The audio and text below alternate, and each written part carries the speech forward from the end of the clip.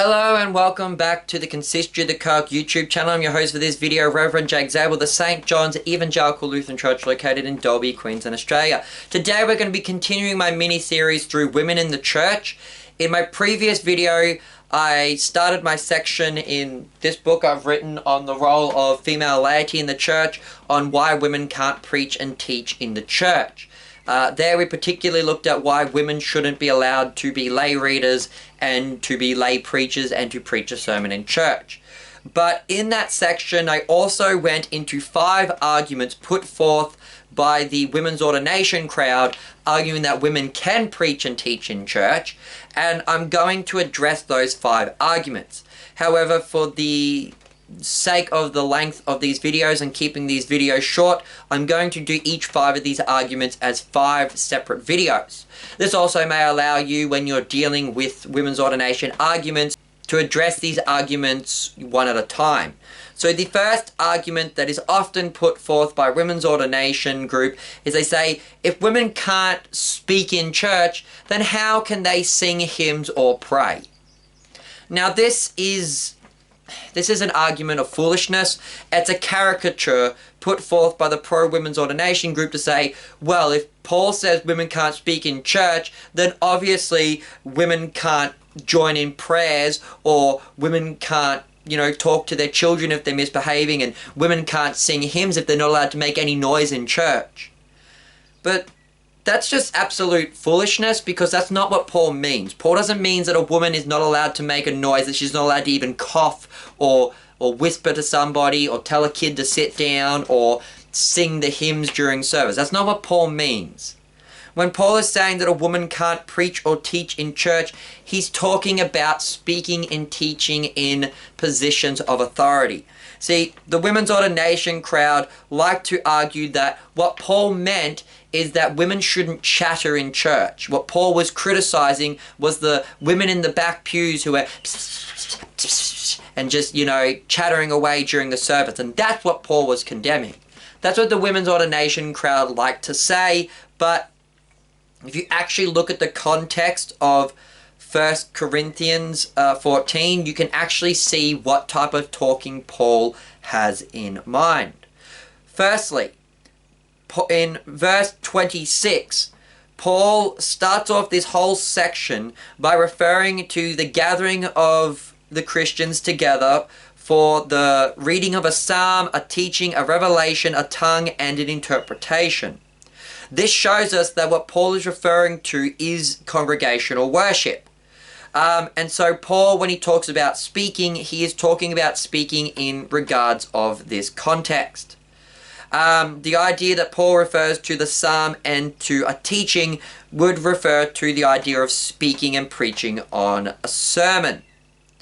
So verse 26 gives us some insight into what Paul is forbidding when he says women can't speak in church. The other point is that in verse 34, when Paul says that a woman is not to speak in church, he uses the Greek word lalein, which comes from the root word laleo, meaning to speak. But it's not speak as in like I'm talking right now, or like if I was talking to somebody one-on-one. The word laleo is speaking in a position of authority. It means like a person who gets up and speaks a speech. Therefore, when Paul says a woman shouldn't speak in church, he's referring to a woman getting up to speak in an authoritative position. To demonstrate this point even further, when Paul in verse 34 tells a woman to remain silent, he uses the word sigatasso from the root word sigao, which means silence. Paul uses this term in verse 28 and 30 to tell the men who were speaking in tongues and those who were prophesying to keep silent. This again shows us what kind of speaking Paul is referring to. He is not simply telling people not to chatter in church. He is referring to the individual authoritative speaking in the church. And if this wasn't clear enough, in 1 Timothy, Paul makes it clear that a woman is not to speak, but instead is to learn in quietness and subordination. Therefore, in response to the first argument, Paul is not referring to making noise by coughing or singing or even chattering away. Instead, context would show us that what Paul is forbidding is the individual authoritative speaking, such as preaching and teaching. Women aren't to be pastors, women are not to be preachers and teachers in the church. They are not to speak in this authoritative, leading, preaching, teaching position. Also, in this section, St. Paul refers to the idea of good order. Now, this isn't about women being disorderly or talkative or chattering in the pews.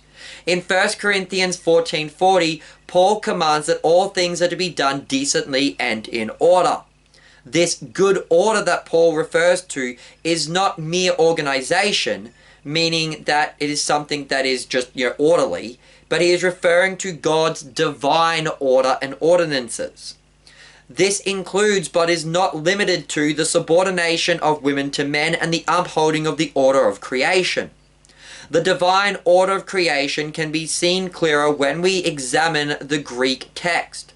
The Greek word here for good order is hupotassonothesin, which is found in 1 Corinthians 14:34, and it comes from the root words hupotasso, meaning to subordinate, from the two Greek words hupo, meaning under, and tasso, meaning order. Hupotasso is also repeated throughout Scripture in Ephesians, Colossians, Titus, and 1 Peter to tell wives to hupotasso, be subordinate to their husbands. The use of hupotassothesin in verse 34 can also be connected to the use of the word taxon, from the noun, which is the noun form of the word tasso, used in verse 40 for decently and in order.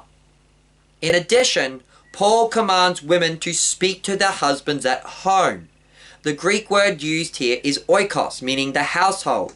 And Scripture tells us that the husband is the head of the household and that men are to manage their own household. See 1 Timothy 3 verses 4 to 5 and 12. The use of hupotasso and oikos demonstrate to the reader that Paul is not talking about mere organization in the service, but that he is talking about God's given order of creation and the universal principle of women submitting to men. Thus, in conclusion to this argument, Paul's prohibition is not to be taken lightly. For Paul ascribes this prohibition to the law, and states that this is a command of the Lord, and that whoever does not recognize this commandment will not be recognized. This is a serious judgment. See Matthew 10:33 and Luke 12:9, where Jesus says that he who denies Jesus will be denied by the Father.